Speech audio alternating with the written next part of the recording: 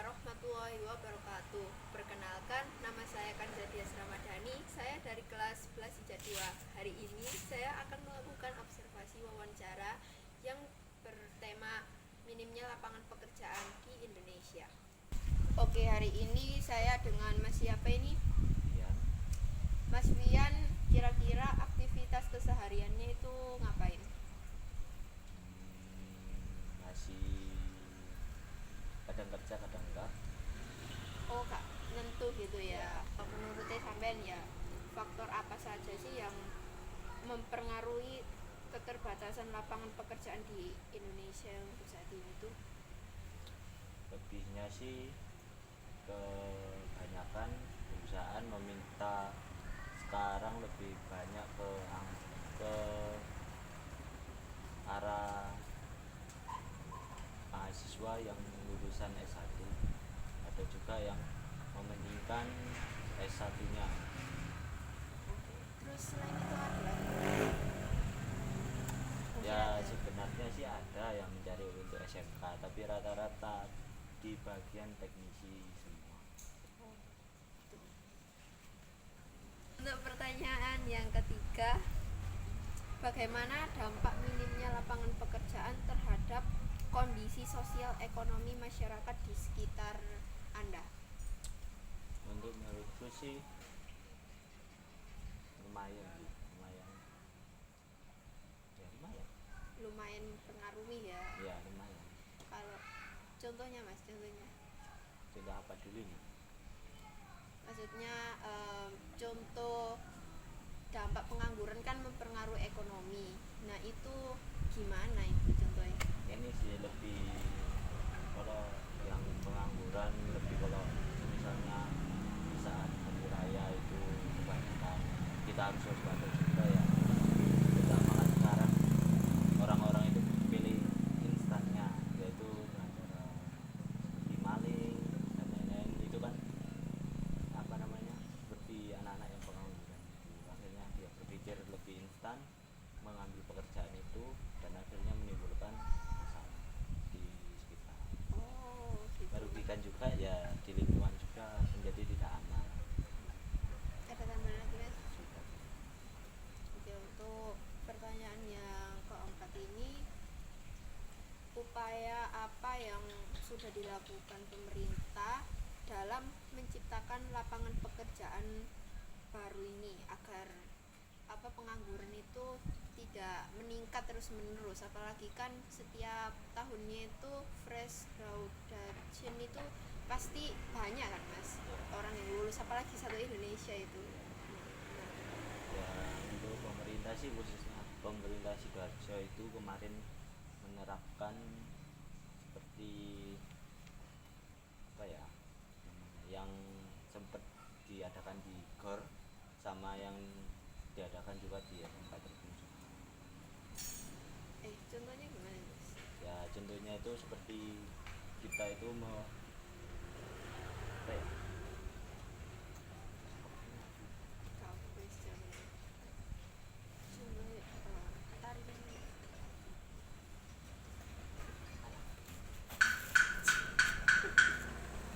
tegang Pak itu Masa? ya Allah enggak diskat. Yes. Oke, jadi menurut sampean ya, kan di luar negeri itu sekarang itu banyak perusahaan itu udah menggunakan teknologi AI untuk menggantikan jasanya manusia. Jadi mereka itu bekerja tapi udah nggak menggunakan jasanya manusia lagi, itu menggunakan AI. Nah, bagaimana sih cara mengatasi agar apa perusahaan yang menggunakan AI itu ya orang orang lain itu tidak sampai kekurangan gitu kalau ada lapangan pekerjaan itu. Ya tergantung perusahaannya itu sendiri sih.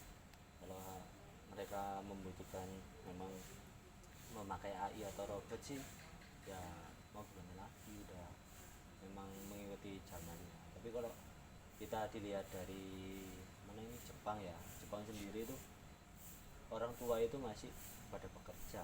Jadi itu ya, kita itu kayak di sana itu lebih, kalau kita mau resign itu lebih ke arah yang sulit sih menurutnya. Soalnya kalau dilihat itu dari berita itu untuk resign itu memerlukan banyak dokumen juga kalau di Jepang itu. Karena apa? Jepang itu tidak mau ada orang-orang yang nganggur. Soalnya itu kayak seperti sampah gitulah di negara itu. Jadi walaupun di sana apa penduduknya banyak tapi itu tetap dikasih lapangan Ya pekerjaan ya, meskipun biar nggak nganggur. negerinya maju, tapi mereka tetap memikirkan rakyatnya. Yes. Terus untuk negara yang mungkin masih berkembang, nah itu gimana sih mas ngaturnya itu biar apa perusahaan yang menggunakan AI itu jasanya manusia itu nggak tergantikan gitu loh oleh AI. Kalau itu sih ya apa ya gimana? Ya tergantung perusahaannya juga, tetap tergantung perusahaannya juga. Tergantung dari perusahaannya, soalnya kita manusia juga nggak bisa mengambil keputusan kalau udah perusahaan menentukan gitu ya udah. Oh, jadi wes nggak ada apa tergantung perusahaannya ya gitu. Soalnya kan perusahaan itu kalau pakai AI sekarang itu kan mungkin lebih efisien. Ya, Jadi kalau pakai jasanya manusia itu mungkin bayarnya itu lebih mahal. ya Kalau betul. AI itu kan bisa jadi asisten kita kan kalau di Kalau perusahaan AI itu. itu kayak hitungannya itu lebih murah lah. Jadi itu misalnya per bulan itu bisa membayarnya itu lebih murah daripada kita membayar manusia. Nah, kan mungkin ya Mas ya di suatu saat nanti itu kan mungkin pekerjaan itu udah tergantikan kan oleh AI. Nah, itu bagaimana itu caranya itu agar kita kan apa ya AI itu nggak bakal tercipta kalau nggak ada yang manusia. Nah, bagaimana itu caranya itu menyeimbangi. Jadi orang itu nggak banyak yang nganggur gitu. Gimana Ya cara menyeimbangi? kita sih harus bisa memilah-memilih. Pertama harus bisa memanfaatkan AI itu untuk sebagai mestinya. Yang kedua ya itu tadi memilah, apa harus pintar-pintar memilih dan memilah. Oh, pokoknya harus pinter-pinter. Ya pintar-pintar mau memakai AI. Terus mungkin kita itu sebagai manusia itu juga harus update terus biar Ya, nggak ketinggalan gitu ya Mas ya. Oke, mungkin ada tambahan Mas? sudah. Ibu boleh perkenalkan namanya Ibu siapa? Saya Ibu Wati. Oke, Ibu Wati, aktivitasnya apa ya kalau boleh tahu? Aktivitas sehari-hari ini Mbak, jualan garmen baju olahraga. Di samping itu ada kegiatan lain itu mandu senam. Oh, manusia. Iya. Banget itu Bu. Ah, ah. Terus ada tambahan lagi nggak Bu? Mungkin ada tambahan, ada pengalaman Kegiatan iya.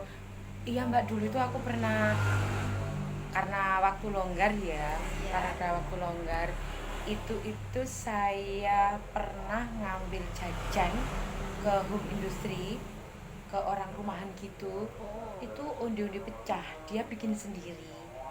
Terus akhirnya saya ambil per kilo. Habis gitu saya taruh di plastik, yang gede itu dua-dua gitu, yang kecil itu kira-kira ya saon gitu. Terus saya titip-titipkan di warung, tak rentengi 10 gitu. Iya alhamdulillah, karena nggak ada saingan, karena udah pecah itu jarang di titipkan seperti itu. Oh. Adanya kan cuman kacang ya, kerupuk kan gitu. Iya. Itu laku keras. Nah habis itu karena bahan bakunya itu agak-agak susah, ibu itu agak menurun bikinan home industrinya, undi-undi pecah itu. Jadi sekarang aku berhenti. Karena itu udah sepi ya Bu? Sepi karena kan itu ngambilnya dari putihnya telur tuku roti. Nah toko roti itu sekarang dibikin lagi roti, nggak dijual lagi. Dulu itu nggak dibikin roti tapi dijual, siapa yang mau ngambil Oh, gitu mbak. Jadi ternyata sudah dari kemajuan zaman, jadi jenisnya putih telur itu bisa diolah lagi jadi kue yang diambil dari toko roti itu sendiri, jadi nggak dijual. Jadi kenapa beliaunya sekarang nggak jualan undi pecah ya itu. Terus ngambil dari bapak tukang jamu, yang tukang pernah jamu ngambil ya, tukang jamu juga, Bu. tapi ya kurang banyak Apanya? putih telurnya. Oh. Kalau jamu itu kan biasanya ayam kampung itu diambil kuningnya aja, putihnya itu nggak diaduk. Iya. Ya itu Biasanya. jadi sedikit. Jadi undi pecah itu banyak bahan bakunya dari putih telur. Itu pernah saya lakukan. Itu berapa tahun, Bu, Ibu ngelakuin itu? Itu aku dari sebelum COVID sampai setelah COVID 2022 P. Udah lama sih. Dan lama Ada 5 saya. tahun gitu. Ada 5 tahun. Lama ya. Itu kalau lebaran mbak banyak yang nyari kue itu karena dibikin sama ibu itu kayak undi-undi pecah tapi versi kecil. Oh. Jadi kalau untuk suguhan, untuk hantaran ke tetangga, ke family itu cantik gitu loh, rasanya enak. Tapi ya itu sekarang Sekarang udah bahan bakunya berkurang seperti itu, jadi nggak bikin lagi. Oke, Itu ya. mbak. Iya sih. Bagaimana sih pandangan ibu itu terhadap orang yang nganggur itu saat ini? Mungkin dia nganggur ya, dia sudah berusaha gitu ngelamar pekerjaan sana sini sesuai dengan keahlian. Nah, tapi industri atau perusahaan itu jarang menerima itu sesuai nggak sesuai dengan keahlian. Nah, menurutnya ibu, ada nggak sih pengalaman saudara ibu itu yang nganggur tapi udah ngelamar pekerjaan tapi masih tetap ditolak walaupun dia punya keahlian, terus pernah ngelamar pekerjaan tapi nggak sesuai bidangnya gitu? Ada deh mbak. Ada dari ya keponakan jauh ya, cewek, keponakan jauh, dia lulusan dari SMK. Sebenarnya kan untuk teori prakteknya tambah lebih Banyak SMK. banyak kan. Iya bener. Istilahnya udah teori itu sudah dipraktekkan dengan istilahnya jenjang dia ambil di SMK itu apa gitu. Dia lulus SMK, dunianya di kue, masalah memasak gitu, sama kecantikan. Waktu itu ibaratnya itu udah lama ya mbak ya, 2016 itu untuk kecantikannya, bidang kecantikan, pelajaran kecantikannya itu dipraktekkan di dunianya anak-anak paskap kabupaten. Dia itu merias anak-anak paskap untuk pengibaran bendera 17 Agustus. Jadi pagi sama malamnya bagus sebenarnya itu. Terus untuk masak-memasak, dia kalau lebaran itu bikin kue dijual. Nah dari situ mungkin masih ibaratnya masih belum mateng ya pikirannya. Iya. Itu dihentikan semua mbak, terus melamarlah ke sebuah Perusahaan. pertokoan itu jalan cuman 1,5 bulan. Dia nggak kerasan karena nggak sesuai bidangnya. Dari situ kan udah bisa dilihat mbak bidangnya apa, coba ditekuni di situ. Soalnya kalau sebenarnya tuh nggak masalah sih antara dunia pendidikannya dia di bidang apa, terus diterima di perusahaan apa dengan istilahnya bidang lain, nggak masalah kalau dia mampu.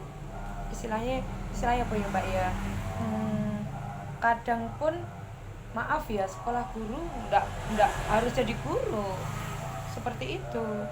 Istilahnya orang-orang yang sesuai bidang sekolahnya nggak harus sesuai apa yang kerjaannya inilah, tapi di situ akhirnya dia nggak bisa, akhirnya keluar, terus ke ngelamar ke pabrik lagi, ke perusahaan gitu, nggak bisa. Terus akhirnya berhenti total di rumah dengan pekerjaan bikin kuenya itu juga berhenti. Dia mulai lagi itu,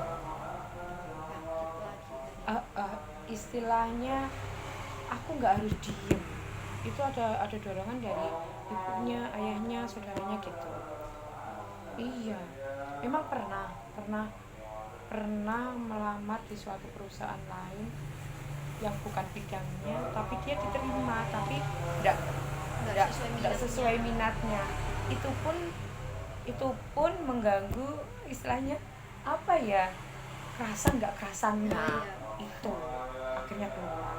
Memang kalau orang nggak sesuai fashion itu Iya. Susah, kecuali maaf loh Mbak, kecuali ada 1-2 orang yang benar-benar bukan fashionku tapi aku membutuhkan. Itu bisa banget. Dan insya Allah biasanya di situ dia tambah lebih giat lagi karena semangatnya yang luar biasa gitu. Jadi ini ada keponakan tante itu yang kembali lagi bikin kue sekarang. Jadi ya musiman. Kalau kue lebaran kan musiman setahun sekali, cuman hari-hari bikin kue ditaruh di warung, kue basah gitu. Itu banyak juga sebenarnya kalau nyata ini ya, 10 di warung 1, 10 di warung 2. Nanti sisa kan siang masih bisa dimakan, pasti kan ada sedangkan gitu ya itu Mbak. Oke, baik Bu, terima kasih. Iya.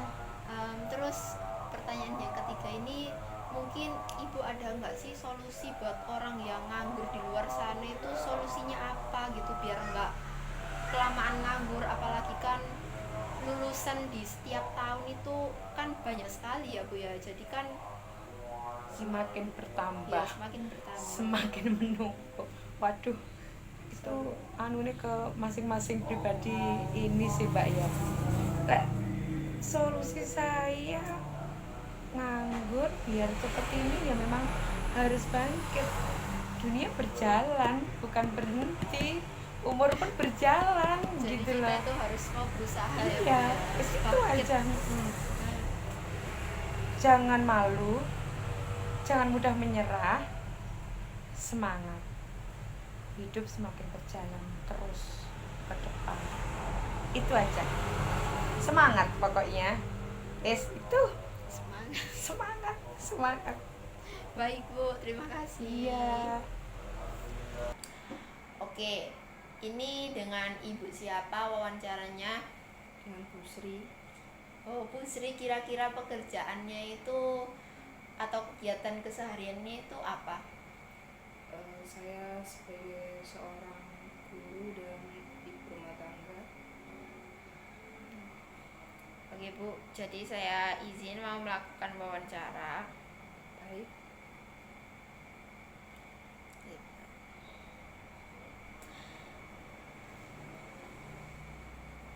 Jadi apakah wirausaha itu bisa menjadi solusi alternatif dari minimnya lapangan kerja formal? Bisa. Kalau zaman sekarang ini kan susah untuk mendapatkan pekerjaan. Jadi kalau dibukanya wirausaha itu setidaknya mengurangi angka pengangguran yang ada. Jadi kalau kita seorang yang belum bekerja, misalnya belum mendapatkan pekerjaan yang tetap, mungkin dengan berwirausaha itu salah satu opsi untuk yaitu tadi mengurangi pengangguran. Pak, apakah ada tambahan lagi? Saya rasa selain wirausaha mungkin kalau sebagai seorang yang menyediakan lapangan pekerjaan, banyak sekali sekarang anak-anak muda yang eh, membuka lapangan usaha itu dari bisnis rumahan dan di dipasarkan melalui marketing berbagai sosmed antara lain seperti Shopee atau sebagainya.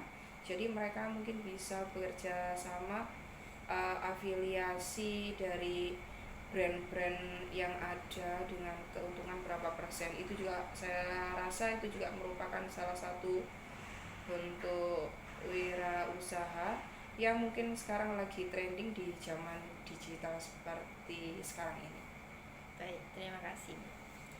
Lalu pertanyaan yang kedua ini, bagaimana sih pandangan masyarakat itu tentang kesesuaian antara keterampilan yang dimiliki dengan kebutuhan dunia kerja saat ini?